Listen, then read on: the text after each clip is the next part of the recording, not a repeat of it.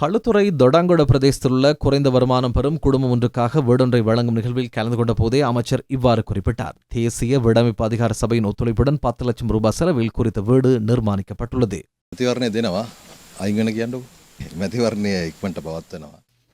தேர்தல் நடத்தப்படும், அவர்களை விலக சொல்லுங்கள். சஜித் பிரேமதாச உள்ளிட்ட அந்த குழுவினர் தேர்தலுக்காக மேற்கொண்ட சட்ட ரீதியான பிரச்சினை ஒன்று உள்ளது. அந்த சட்டத்தை திருத்துவதற்கு பொதுமக்கள் மற்றும் சமூக ரீதியிலான அமைப்புகளின் கருத்துக்களை பெற்றுக்கொண்டுதான் அதனை மேற்கொள்ள வேண்டும். அதற்கான காலம் உள்ளது. கூடிய விரைவில் மாகாண சபை தேர்தலை நடத்துவதற்கு எதிர்பார்க்கின்றோம். இப்போதே அவர்கள் பார்லமெண்டத்திலிருந்து விலகினாலும் பிரச்சினை இல்லை. அங்கு இருப்பதனால் அவர்களினால் எந்த பயனும் இல்லை.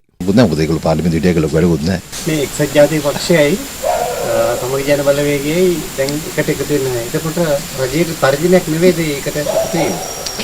නැති ඒගොල්ලෝ එකට හිටපු කට්ටිය කලින් එකට හිටියා පස්සේ அவர்கள் நீண்ட காலமாக ஒன்றாக இருந்தவர்கள். பின்னர் போலியாக பிளவுபட்டனர். மீண்டும் ஒன்று சேர முயற்சிக்கின்றனர். ஒன்றாக இணைவதால் இருந்தால் யார் தலைவர் என்று அறிவிப்பது மிக முக்கியமானது. சஜித்தா அல்லது ரணிலா என்று அறிவிக்க வேண்டும். எங்களுக்கு எந்த பிரச்சனையும் இல்லை.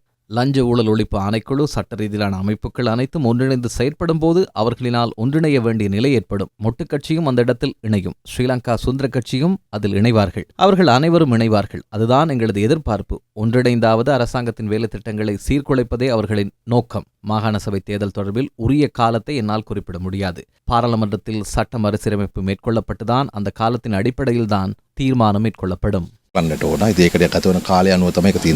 இந்நிலையில் பேருவல பிரதேச செயலக பிரிவுக்குட்பட்ட கனே அரம்ப கிராம சேவையாளர் பிரிவில் உள்ள குறைந்த வருமானம் பெறும் குடும்பம் ஒன்றுக்கான வீடும் அமைச்சர் நலிந்த ஜாத்திசவினால் கையளிக்கப்பட்டது.